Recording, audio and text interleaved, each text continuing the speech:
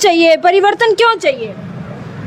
अब नया हीरो तो हर किसी को चाहिए देखने के लिए। ये तो कह रहे हैं नया हीरो आना चाहिए। अरे नए हीरो की तो फिल्म फ्लॉप हो गई ना। नया हीरो आकर क्या करेगा?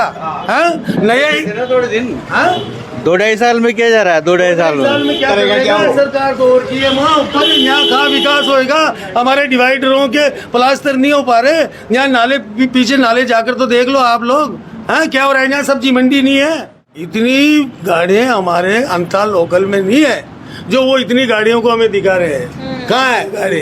तो ये भीड़ क्या भाड़े की है?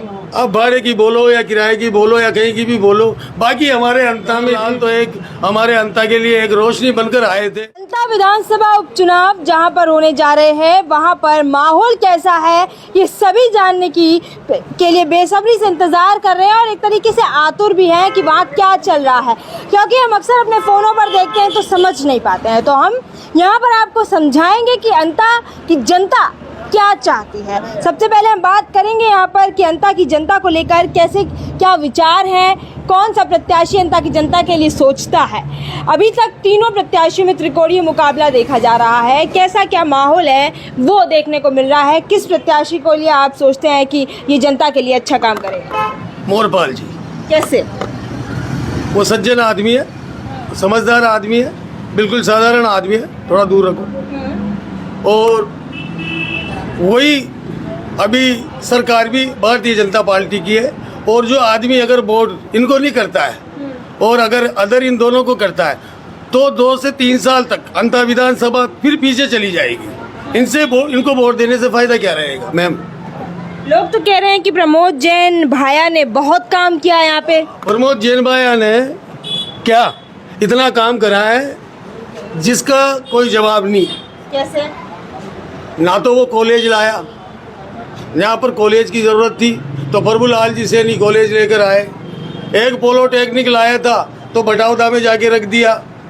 यहाँ मंडी का काम हुआ तो प्रभुलाल सैनी जी ने मंडी लेकर आए, सब्जी मंडी। बैडमिंटन हॉल बनाया तो प्रभुलाल जी भारतीय जनता पार्टी के शासन में वो काम हुआ। प्रमोद जैन भाई ने किया क्या अंता के लिए? यहाँ पर बस स्टैंड नहीं है, लोग इधर उधर भटकते फिरते हैं। यहाँ पे बस स्टैंड नहीं है? नहीं है बस स्टैंड। यही तो क्वालिटी है हमारे अंता की। और हमारे जो विधायक रहे हैं यहाँ पर 20 साल तक राज करते हुए आ रहे हैं और फिर राज करने की कोशिश कर रहे हैं कि नहीं मैं राज करूंगा। अरे यार प्रमोद जैन भाया, आप राज करोगे, हमारे अंता के डिवाइडरों के प्लास्टर नहीं लग रहा क्या? हमारी लाइटें अभी रामू जी खंडेलवाल जब चेयरमैन आए तो उन्होंने खंबे लगाकर अंता को रोशन किया। जो पहले जो चेयरमैन रहा है वो सब खाई गिड़ी में रहा, काम काटा कूटा रहा। तो प्रमोद जैन भाया पे जो भ्रष्टाचारी के आरोप लग रहे हैं वो सही है क्या? भ्रष्टाचारी के आरोप तो अब सिद्ध कानून करेगा क्या कि वो सही है या गलत है। अभी तक तो एफआईआर बहुत है उनके ऊपर, बाकी ये तो पुलिस प्रशासन का काम है मैम। अच्छा, यहाँ पर जो उपचुनाव हो रहे हैं कंवरलाल मीणा की विधायकी को निलंबन होने के बाद हो रहे हैं, उन्होंने कैसा काम किया? कंवरलाल जी की तो तारीफ क्या करे साहब, बहुत अच्छे इंसान है, कर्मठ कार्यकर्ता है और उनके मुकाबले में कौन क्या है। मगर लोग उनके पीछे पड़ गए और उनको 25 साल पुराना उनके ऊपर कोई केस था। अरे केस भी उनका निजी केस नहीं था। आज कोई पब्लिक जाती है, पब्लिक जाने के बाद में जो कहती है कि साहब मेरा ये काम नहीं हुआ, तो जनप्रतिनिधि के नाते अगर आदमी अगर वहाँ चला गया एसडीएम साहब के पास, एसडीएम साहब को समझाने के बाद में नहीं समझ आया और ये आरोप उनको लग गया। जब उनकी उम्र 25 साल थी, ये केस जब था 25 साल बाद ये जानबूझकर ये केस है वो खोला गया है।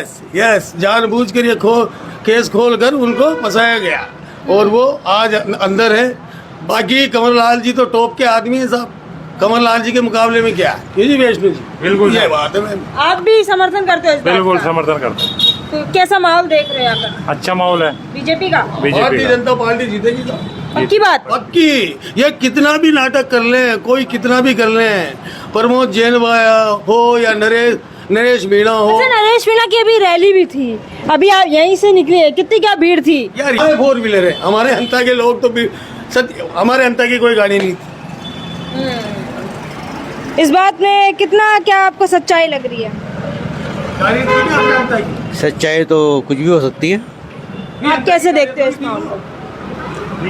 वैसे देखा जाए तो यहाँ पर दो ओपिनियन हो गए हैं, एक तरफ नरेश मीणा, एक तरफ मोरपाल सुमन और प्रमोद जैन भैया की तो यहाँ पर बात ही नहीं कर रहा है। क्या कोई प्रमोद जैन भैया की बात कर रहा है यहाँ पर? नहीं। तो यहाँ पर दो ओपिनियन ही है ना।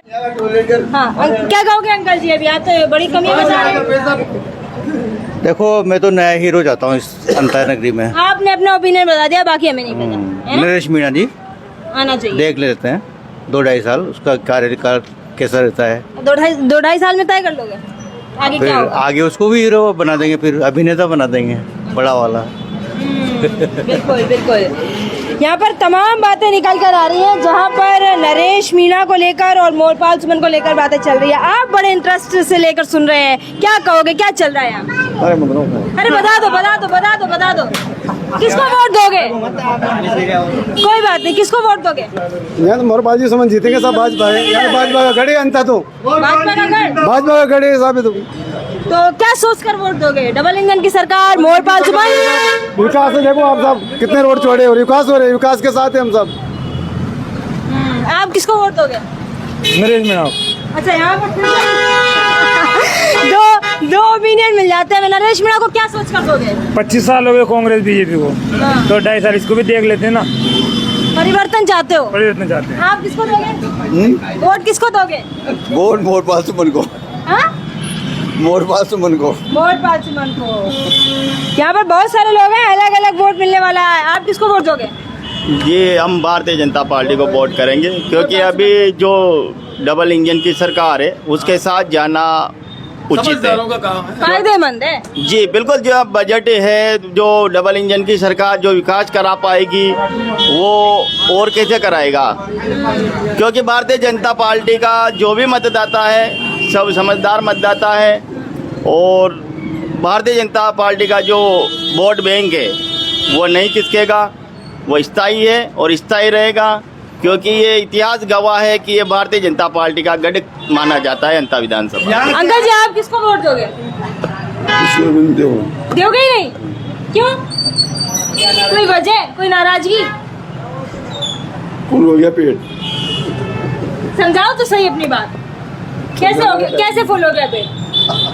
टाइम नहीं। अच्छा, वोट देने का टाइम नहीं है। और आप दोगे ही नहीं? ये इन दोनों वोटों, इन दोनों आदमियों ये का साइलेंट वोटर तो नहीं है? ये, हाँ, ये आपने सही दिमाग लगाया। ये ऐसे साइलेंट वोट है, ये वक्त आने पर माहौल को जांचते हुए, परखते हुए अपने वोटों को व्यर्थ ना जाने देंगे, और अपने वोटों को इस तरह से देंगे कि जीतने वालों के गोद में और उसको विजय बना देंगे। ये मानक जी राठौड़ हैं, ये बहुत सोच समझ के काम करते हैं मैम। और हमारा कहना ये है कि भारतीय जनता पार्टी ही जहाँ से जीतेगी, कोई कितना भी कुछ कर ले। बिल्कुल। देखिए, हमने बहुत कंवर लाल जी की बात है क्या? कंवर लाल जी बहुत नाइस, बहुत गुड आदमी, वैसा आदमी, वैसा विधायक अंता की धरती पे आ नहीं सकता। ईमानदार व्यक्ति, छोटे कार्यकर्ताओं को सम्मान देने वाले अगर कोई विधायक यहाँ आए तो कंवर लाल जी मीणा आए थे। देखो, कांग्रेस का भी एक वोटर हमें मिला, हालांकि होंगे और भी, हमसे बात नहीं की है तो हम बता नहीं सकते क्या कुछ माहौल है। कहना थोड़ा सा अभी असमंजस की स्थिति है। बीजेपी, कांग्रेस और नरेश मीणा, और आपको बता दें कि यहाँ पर 15 प्रत्याशी मैदान में उतरे हुए हैं, लेकिन त्रिकोणीय मुकाबला है, वो इन्हीं दोनों के बीच में है। क्या कुछ निकल कर आएगा, कौन जीतेगा, किसके सर ताज है अंता का सजेगा, और कौन राजधानी में विधानसभा पहुंचेगा, ये तो देखने वाली बात हो।